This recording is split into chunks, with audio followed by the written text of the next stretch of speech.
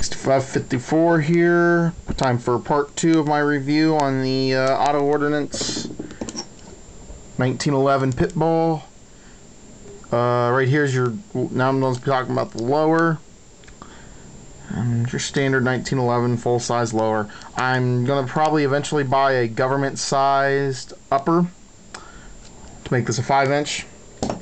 But now we're going to start with reassembling the firearm. First thing you do is take your slide, your extractor, put it in the hole in the back. I need to get a better camera, but I'm fucking broke. Okay. Once you have that in there, here's your firing pin on the firing pin spring. Put it in the hole. Now this is going to require 2 hands, but I will explain what you're doing. You want to push the pin down and slide this over. This will hold your firing pin in place and your extractor. It's going to require 2 hands. So give me a moment. Easiest way I found it to do it is to take a screwdriver to push the firing pin down and then slowly raise it.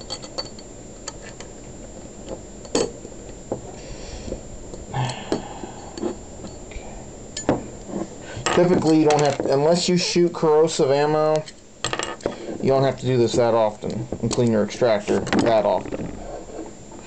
And honestly, Wolf isn't that cheap anymore, depending on what your Walmart sells. Some Walmarts, the Walmart I go to, a box of Federal Champion 45 automatic will run you about $17 a box. Shoots pretty well, it's clean rounds, it ain't corrosive or anything like that. It's good target ammo. And then Winchester white box 100 rounds will run you about $35 where I'm at. There we go. Now the next thing you do, put your barrel in.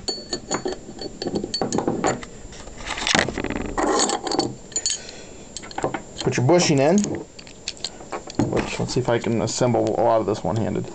Okay, put your bushing in, bushing guide in, then you put your recoil spring in. Recoil spring goes like this. Okay, recoil spring is in. Put the frame on the slide rails like this. Now this is going to require 2 hands because it's a pain in the ass. What you do is take this, take your slide stop. There we go. Weapon is assembled. Gonna function check.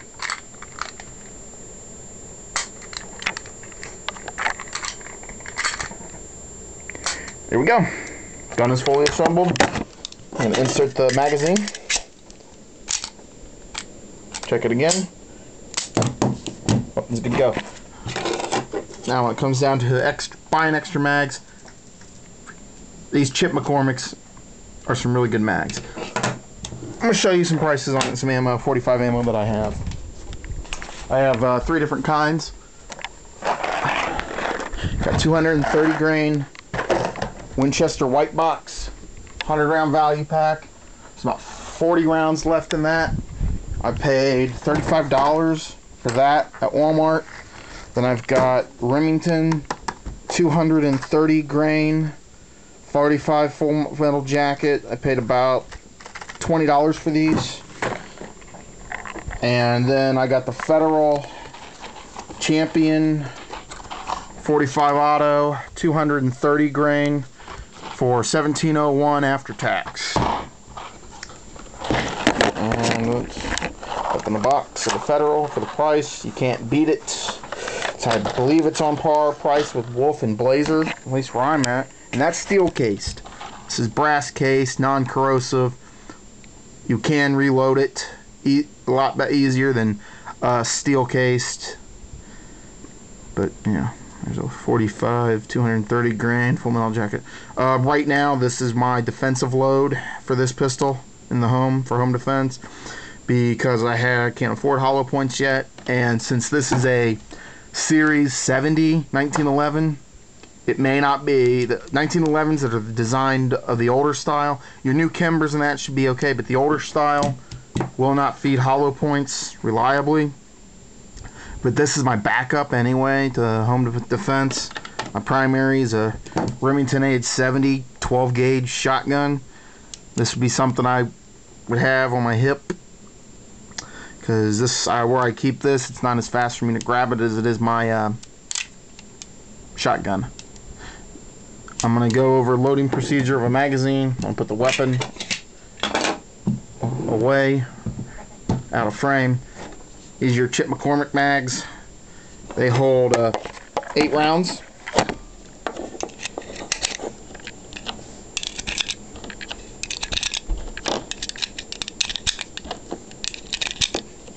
This is just standard 230 grain full metal jacket. That's what what it looks like. And well, pretty much said everything I want to say on this Pitbull. Well, Eric 6554 here, signing off. I've got a couple more guns I'm going to do real still reviews of, and I'm running out of guns. I don't have a lot right now. I've only got about 7. I have a Remington 870 12 gauge Savage. And I'll just show the rifles that I have. I think I'm doing a rifle review next. I got a 1891 9130 Mosin Nagant, a Remington 870 12 gauge Express, and a Savage Model 6422 LR. You've already seen my Norinco, Tokarev, and I have a Taurus PT22 and a Heritage Rough Rider 22 Magnum. So, of all the guns I've named, I don't know what I'm going to do next, but if I get some PMs and that, tell me what to do next, I will. Until then, signing off.